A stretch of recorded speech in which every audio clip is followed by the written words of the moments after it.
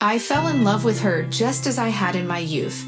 I wouldn't say that my wife and I were constantly fighting. It was more like our lives had fallen into an unbroken routine. We had never had children during our marriage, and we lived in a modest 3-room apartment.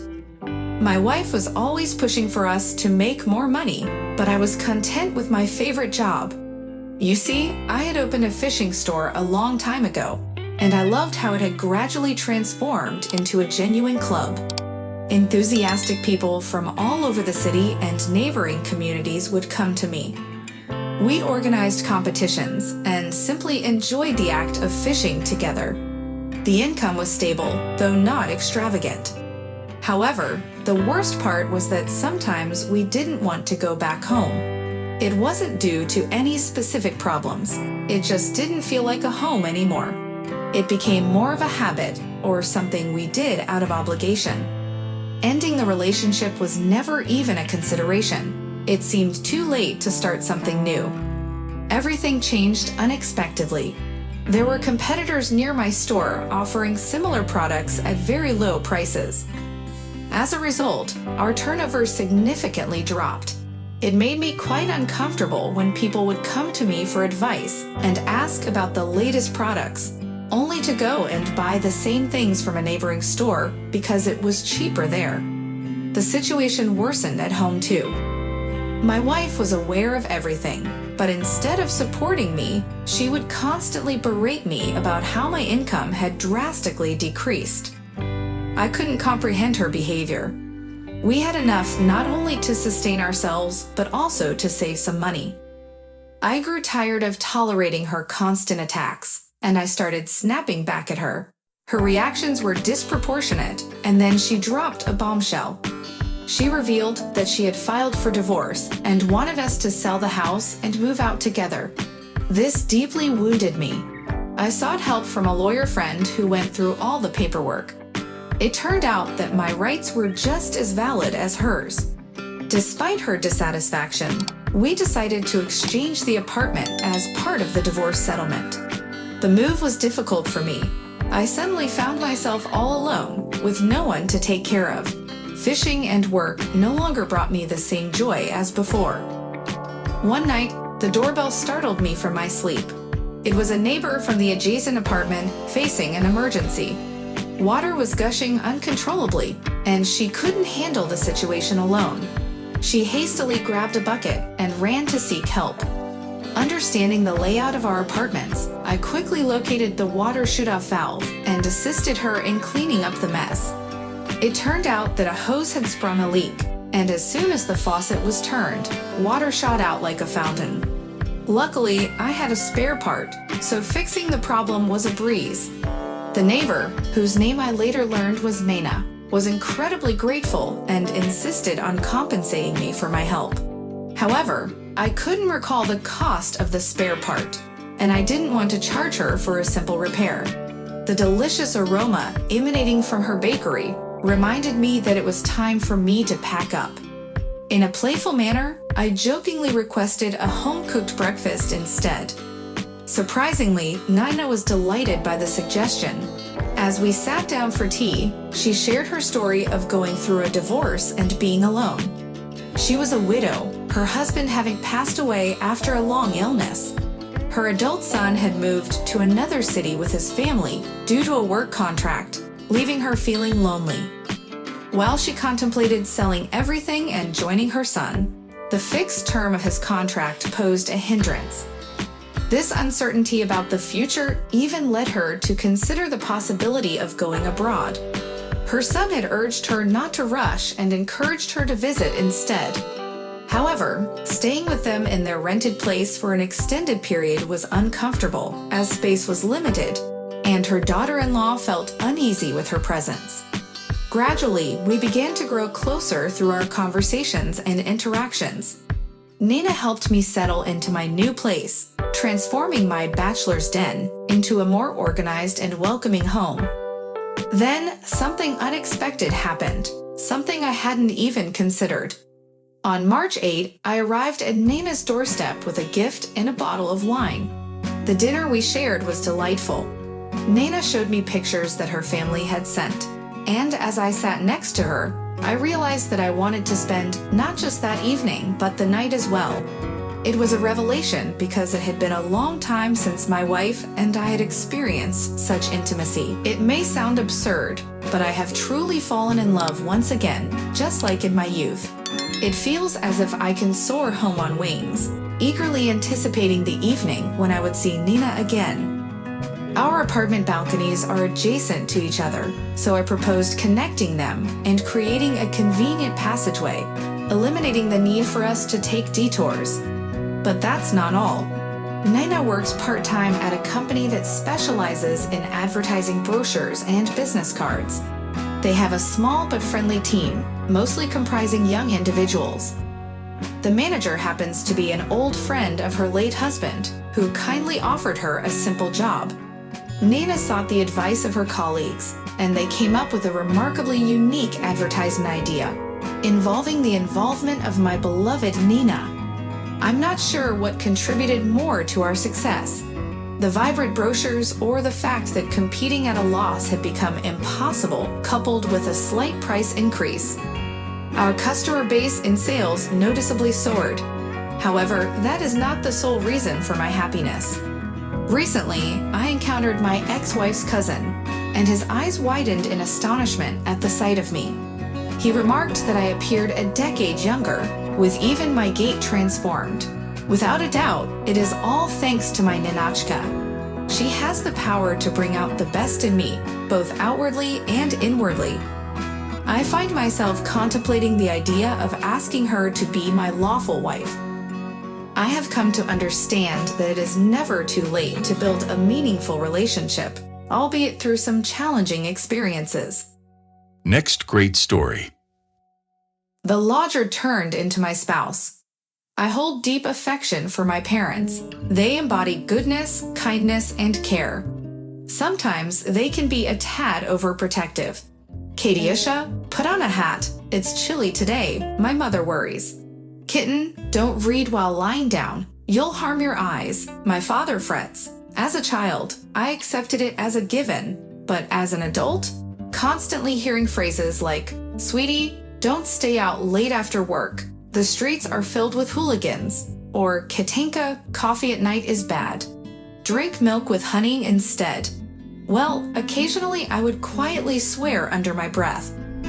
When I reached the age of 27, the constant parental care had worn me out, and I finally came to the realization that I urgently needed my own space.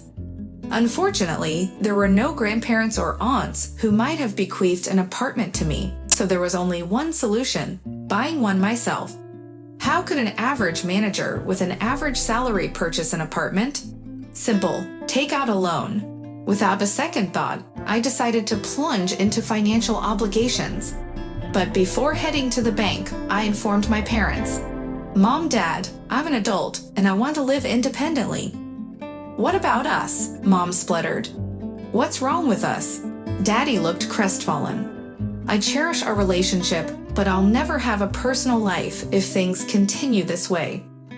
My argument struck a chord, and my dear parents, wiping away a few tears, bestowed their parental blessing. Initially, I had intended to buy a one-bedroom apartment, but then I reconsidered and took a chance on a two-bedroom instead. The price difference wasn't too significant, and if my personal life blossomed, I could convert the second room into a nursery. Luck was on my side. I stumbled upon a fantastic, albeit small, apartment in an old, leafy neighborhood. The previous owners had relocated to another city and sold it along with the furniture. The repairs were relatively recent, and the plumbing was in good shape. To top it off, there were two charming balconies. In a word, I could move in and begin my life. And so, I moved in and settled down. The euphoria lasted for about a month. Soon enough, I discovered that surviving on the meager crumbs left from my salary after loan repayments was impossible. Well, technically it was possible, but extremely challenging. It barely covered my basic necessities. I felt the weight of my financial disadvantage intensely when I unexpectedly ran into my former classmate, Marinka, on the street. After exchanging the obligatory hugs and kisses, she insisted on taking me to a pizzeria. The problem was, I only had 300 rubles a day for food. Not a penny more. If I spent 1,000 now, I'd have to tighten my belt for 3 whole days. Marinka was perceptive, even back in school, and it seemed she had developed clairvoyance over the years. It was as if she could read my mind. Struggling with money, she asked. Come on, I received a payment today, so it's on me. Don't make it up, I replied, pretending to be nonchalant. Let's split the bill. I told you I received a payment, and it's more than I expected, so let's go, my friend. After 2 beers, I relaxed and asked, listen, Marina, how did you know I had no money? Because I know you're avoiding treating others. If things were normal, you would have dragged me to some cafe. But since you didn't, I figured it must be a temporary crisis. I'm afraid it's more permanent, I sighed. At least for the next 15 years. Probably because you bought the apartment on credit, she guessed. Bullseye. I decided to buy 2 rooms at once. And now, I sadly waved my hand. Now I can't even afford to wear a skirt. There's not enough money for pantyhose. Why don't you get a lodger, she suggested. You can earn some money for pantyhose and other indulgences. You know, that thought never occurred to me, I confessed. It's an idea. I could rent a room to a student. Although, I'm still scared to let a stranger into my house. There are so many scammers out there. By the way, my cousin was offered a job in Moscow. I think he would love to rent a room from you. Sharing a roof with a complete stranger, I mused. Well, I don't know. Get to know him, and he won't be a stranger anymore. I can guarantee he's not a crook. The main thing is that the lodger takes care of the property and pays rent on time. And I vouch for Max in that regard, she assured me. And by the way, he's not old. I wondered for some reason. What, are you planning to cook him? Marinka chuckled. He's perfect. Well, it's up to you to decide. After contemplating for a couple of minutes, I nodded. Okay, call your perfect tenant. Let him know I'm ready to rent him a room for $200, for $300. Example. My brother is a high-end programmer, and he has a good salary, so he won't be short on cash. A week later, Max arrived at my apartment. A quiet 35-year-old guy who seemed a bit lost in his own world, like many programmers. Despite being on his wavelength, he remembered to clean up after himself and turn off the lights. Another pleasant surprise was that he only came home to sleep. In short, he was a dream lodger, not just some random stranger. Initially, I had little interest in Max's life, but living under the same roof meant we weren't complete strangers. Max would eat simple meals like Chinese noodles and sandwiches, and I would have my usual soups and borscht. Considering his well-being, I suggested having dinner together so that he wouldn't develop gastritis. He didn't refuse and even started contributing to our shared meals. As I took the initiative to wash his dirty clothes, what's the harm in throwing in an extra sweater or t-shirt in the washing machine? Max took on the responsibility of taking out the trash regularly. Mayakovsky once wrote, "The love boat broke over everyday life." But with Max and me, it seemed to work the other way around. Our bond grew out of our daily routines. It grew so gradually that neither of us noticed it. Then one day, Max decided to take a vacation and visit his family. "Take a 3-week break from me," he said, packing his belongings into a bag. "I'll rest, yeah," I nodded. "I won't put these pants down.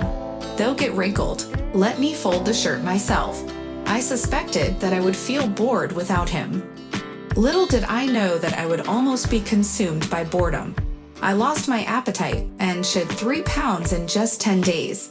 And on the 11th day, Max unexpectedly returned.